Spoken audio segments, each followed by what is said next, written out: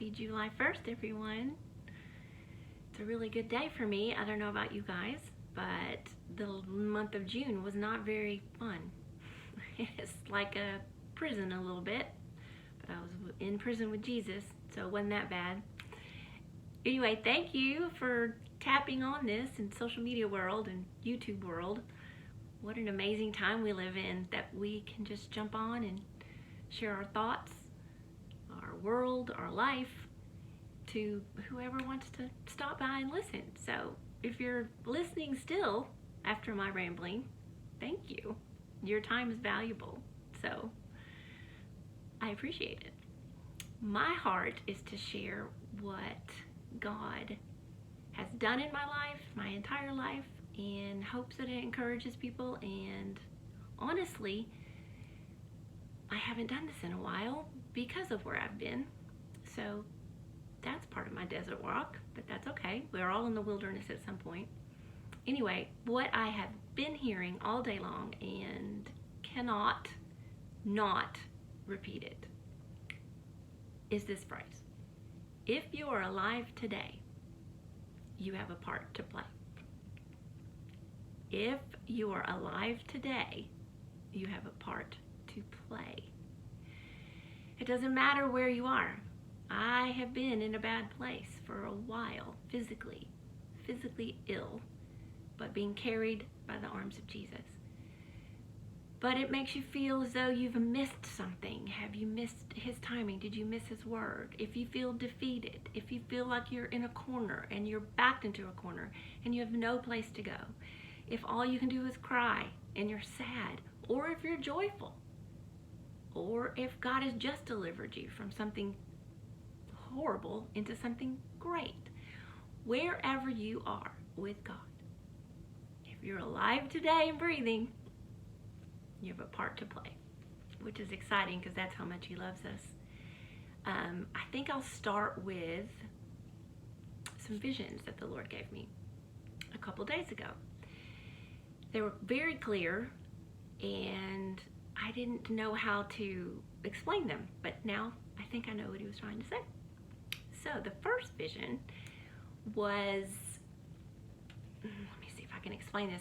It was the hemisphere and the line of the earth. And then I saw this huge, gigantic magnet. And then above the magnet was the heavenlies, in heaven, in beauty, in angels singing. So they were pretty far apart. But as I could hear people proclaiming God's goodness, thanking Jesus, calling down the kingdom of heaven, as God wills us to when he says, our Father. That's how Jesus told us to pray. Hallowed be thy name, thy kingdom come, thy will be done on heaven as it is in earth. As more and more people across the globe begin their praises and begin to shout and pull down heaven promises and know who they are, heavenly seated with Jesus, the magnet would intensify, and the layers came closer and closer together. And then the vision was gone, which sounds pretty cool, but I wasn't sure what he was saying. I didn't know if he was saying, are you coming back? Like, what are you saying? So it took a couple days to pray that through. But the minute that vision was gone, I had another one. And it was pretty short, but it was me and Jesus standing in the wilderness, which was pretty familiar. That's where I've been. But oddly, he jumped inside of me.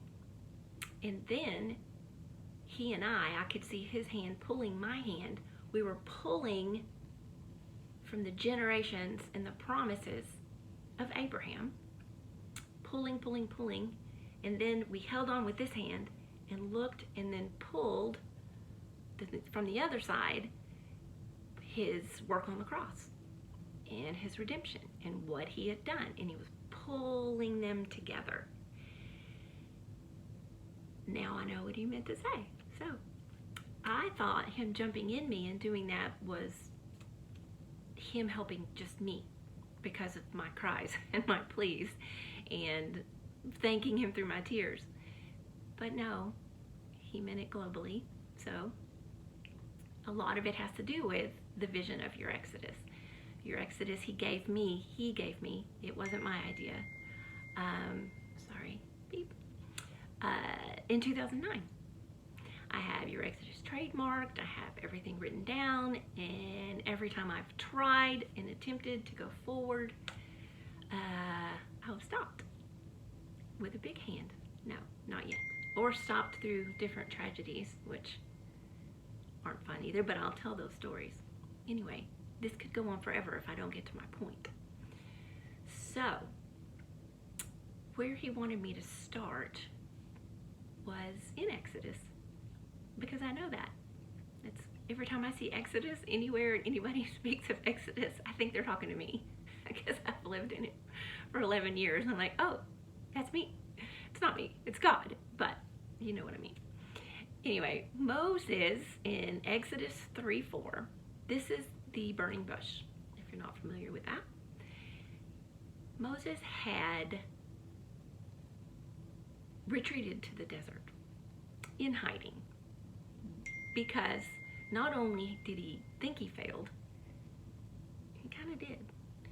He was walking along and he saw an Egyptian beating a Hebrew slave, and he got so enraged that he killed the Egyptian. He didn't think anyone saw him, but he was found out. So he ran to the wilderness, and he was there for 40 years. So he was up in the mountain watching his flock, and then boom, the bush starts burning. So Moses felt disqualified. He felt like a failure. He felt he had let God down. He let his people down, and he went ahead for 40 years. So let's go back to, if you're alive today, you have a part to play, because Moses surely had a part to play. I'm thinking he might, Jesus is the hero of the Bible, but he's pretty big in the Bible. He's in Hebrews 11, so he's a hero. Jesus is the biggest hero. But if you feel like Moses, good news. Your burning bush moment could be the day. Because what he does, what God does, is he meets us where we are. He met Moses where he was. He called out and said, Moses, Moses. And Moses said, I'm here. Probably shocked, because he felt like a failure. But he met him where he was. He didn't meet him back where he killed the Egyptian, back where he made the mistake. He went right to him, where he was, in love, in a loving, burning bush. You know why he does that?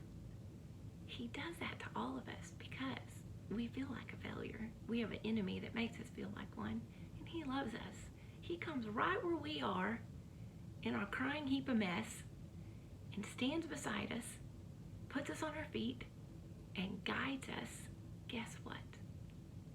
To a better story. Better story than we could even imagine. You know why he does that? So we can share our stories. We can share our stories because they're all different, just like fingerprint. My stories are different than your stories.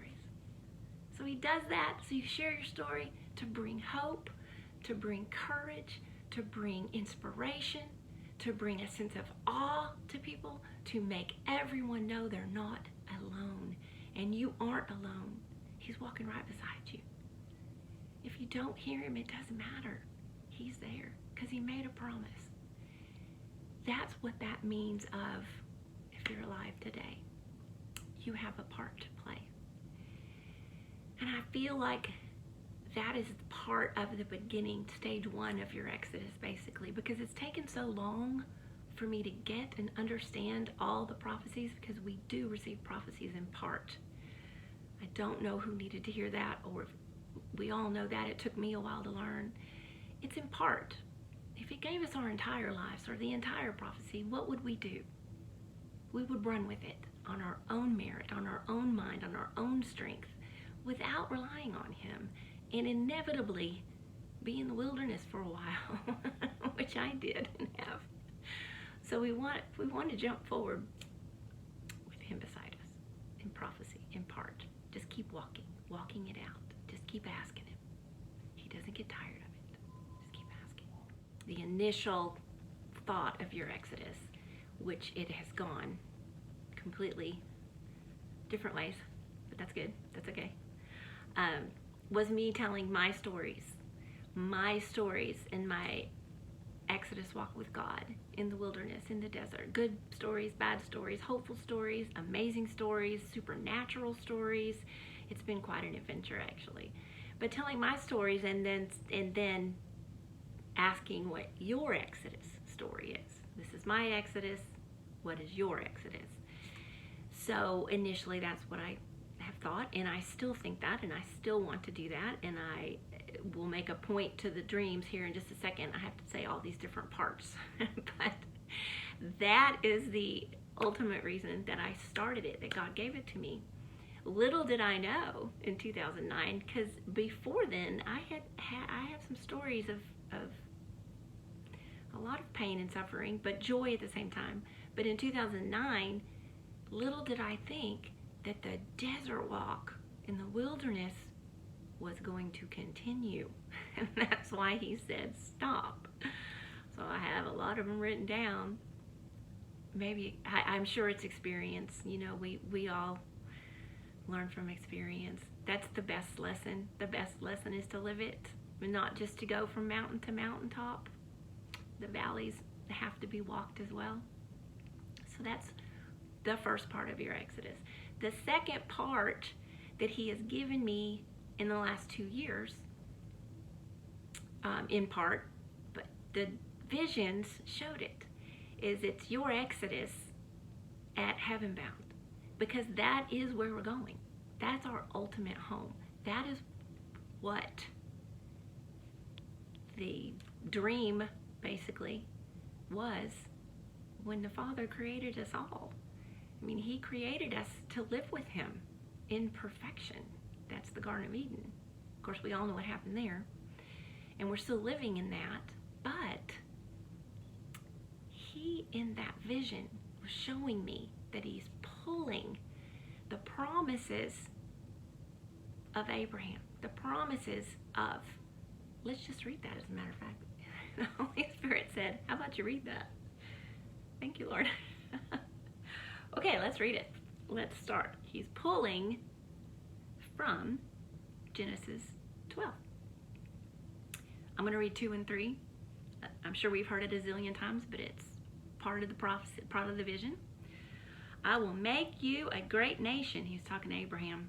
For those of you who don't know, I will bless you and will make your name great. You shall be a blessing. I will bless those who bless you, and I will curse him who curses you. And in you, all the families of the earth shall be blessed. All of us, everybody, is what he's pulling.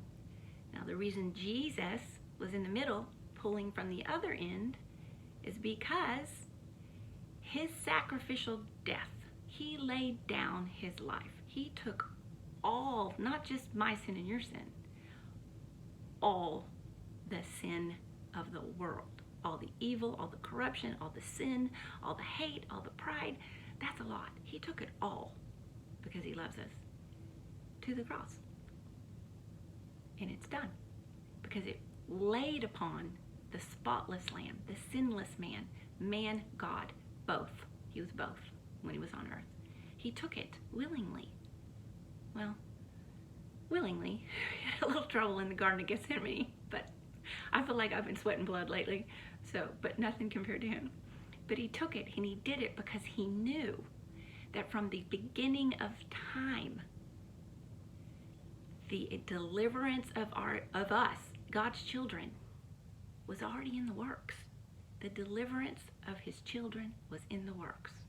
So Jesus truly was first of all, the completion of the purpose of a mass exodus, the children leaving, being pulled out of slavery and bondage and basically hell. He's the new exodus. He put it together. He brought it all together. He's the son of David, and he's the son of Abraham. The son of Abraham. Every blessing that was promised to Abraham, to all people, he brought together. The new exodus is here. And I venture to say that the best exodus and the mass exodus our Father wants for us is for us all to be in heaven. Every one of us. Everyone breathing, he desires.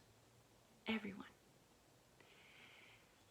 I can also, he's speaking to me. Hold on a second. Exodus. He wants me to read from Exodus. Okay. Exodus, let's see. I think I have it marked. Exodus 12, again. Let me just look it up. Sorry, just a second. If you're with me this long, keep hanging.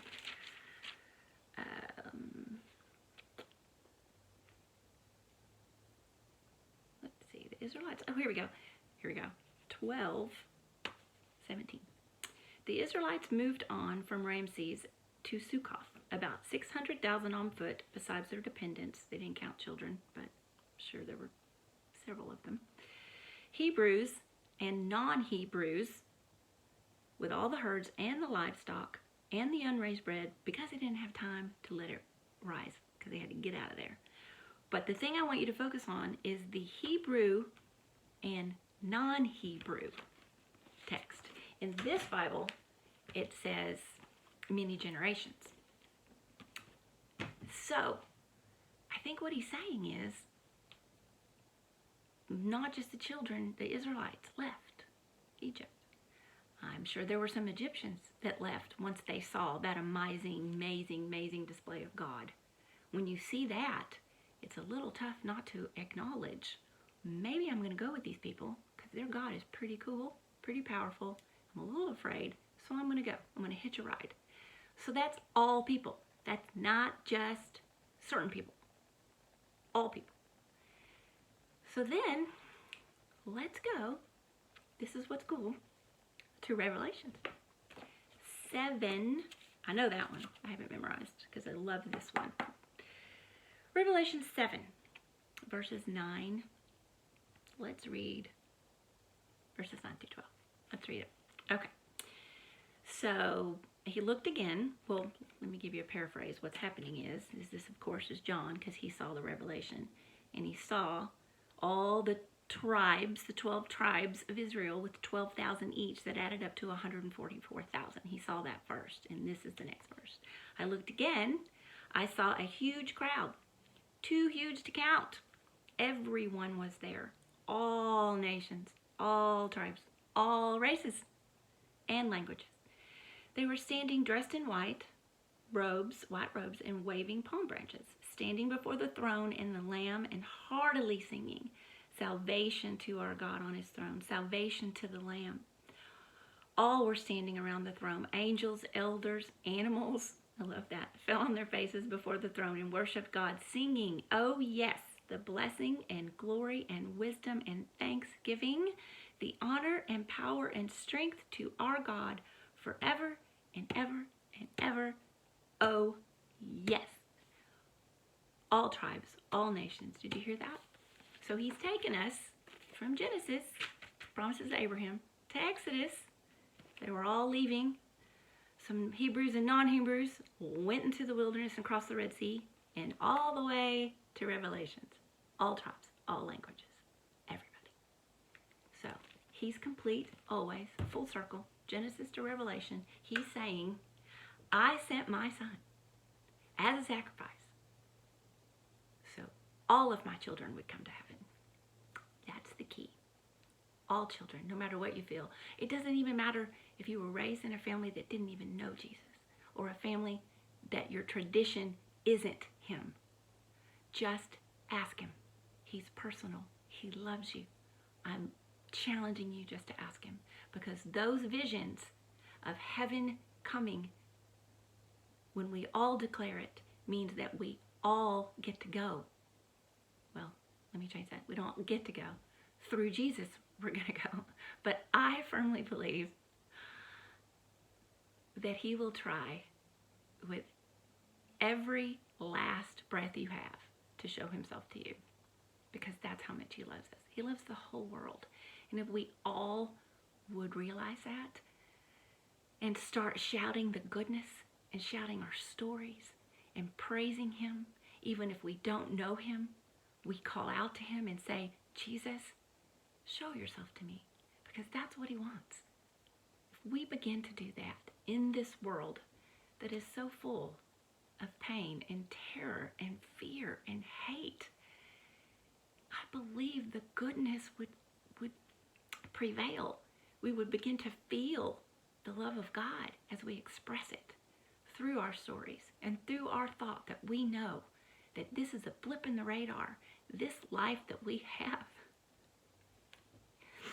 is just a tiny little part of the love fest that God has for his children. It's just tiny. The ultimate goal is heaven. That's the ultimate goal. And when we get there, we're going to wonder why we ever doubted or why we ever feared. It's not a fantasy. It's real. I've seen Jesus at a moment I was dying. It's real. So, my heart, is to encourage. And if you have any questions, I may not be able to answer them, but I'll try. But I know who has the answer. Just ask him. And keep asking till you hear. Anyway, thank you guys so much for hanging with me. Anyway, hopefully I'll have some people that will join me for my stories in the next visit. But if this helped one person, I have done my part. So if you're breathing, remember, if you're alive today, you have a part to play. See you next time. God bless you. May Jesus' face lovingly shine upon you. May you feel the love that I'm feeling right now. It's overwhelming. See you guys.